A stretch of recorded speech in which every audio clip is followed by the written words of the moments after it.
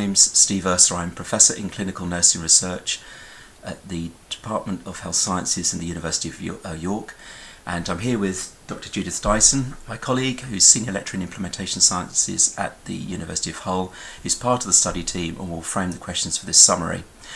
I will introduce here a systematic review and meta-analysis that I led on the effectiveness of interventions to support the early detection of skin cancer through skin self-examination.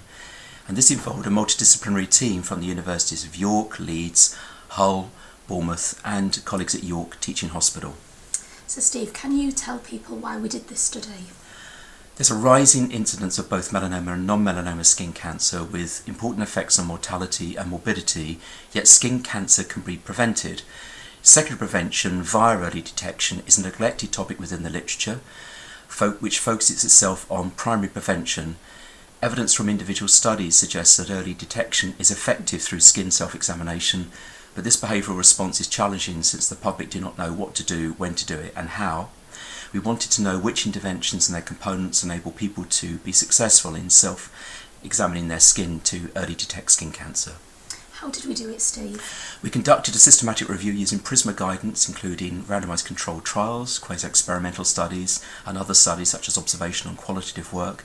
We searched electronic databases, including Medline, M-based psych information, up to April 2018, which using terms synonymous with the various types of skin cancer, and on topics including early detection and skin self-examination.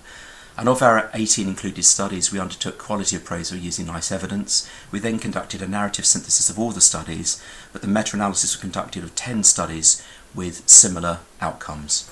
What are our findings? The meta-analysis demonstrated positive impact of interventions on the degree of any self-examination activity, especially in the short term, although the effect sizes were small. More studies used surveillance interventions that focused on people at higher risk of skin cancer compared to those screening practices which involved those people at no increased risk.